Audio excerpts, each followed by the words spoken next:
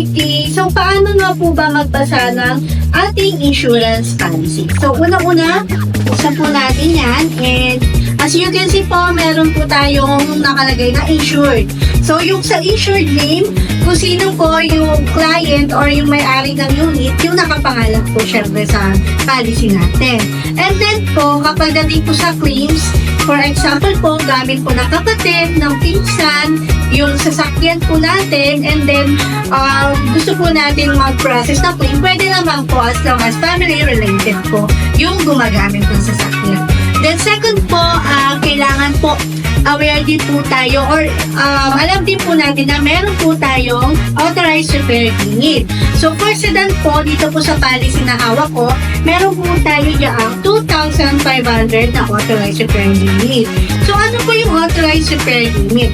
Ito po yung authorization po natin as owner. Let's say po, nagkaroon ng damages yung sasakyan, and then inabot lang po ang pagpapagawa sa 2,000 to 2,500.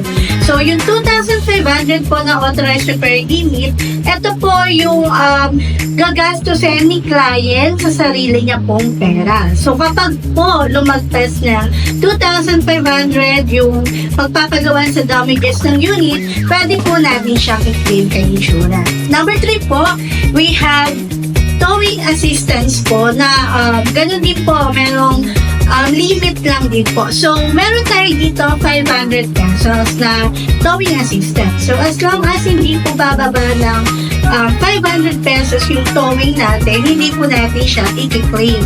Isasarili po ulit po ni client na pag-gastos po. So, kung lalagpas po ng 500 pesos naman po, so pwede po natin siya itawag po ng towing sa ating insurance po. Then next po, we have deductible po or yung participation fee na tinatawag. So for sedan, we have 2,000 pesos po na participation fee. So ayan po, kapag mag-claim po tayo, lagi po tayo may participation fee po na kailangan pong ibigay po, or yun po yung magiging part natin as client na nag-claim. So, for example po, kung 50,000 po ang naging damages ng unit natin or yung estimate para sa unit, 2,000 pesos po doon ay ang ating participation fee.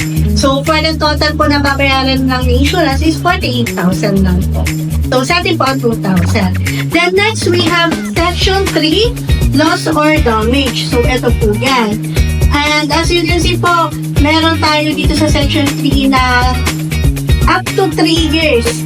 Yung up to 3 years po na ibig sabihin nito, kung yung unit po natin is 1 to 3 years old pa lang po, then gusto po natin ipasok kay kasa and may mga papalutang parts, libre pa po yan. Kumbaga wala pa po tayong betterment fee po na tinatawag. So ano po yung betterment fee? Ito po yung hati or yung part ni client para po dun sa price ng parts po na sasakyan o piyesa ng sasakyan na papalitan po. So for example po, ang unit natin is umabot ng 3 years old to 4 years old, 4 years old to 5 years old, meron po yung mga depreciation or yung betterment fee. So for 3 years old to 4 years old, we have 25% depreciation. For 4 years old to 5 years old, we have 30% depreciation. And over 5 years old to 6 years old, we have 35% depreciation po. So, meron din po dito over 6 to 7 years old, 40% po na depreciation. Over 7 years, we have 45% depreciation.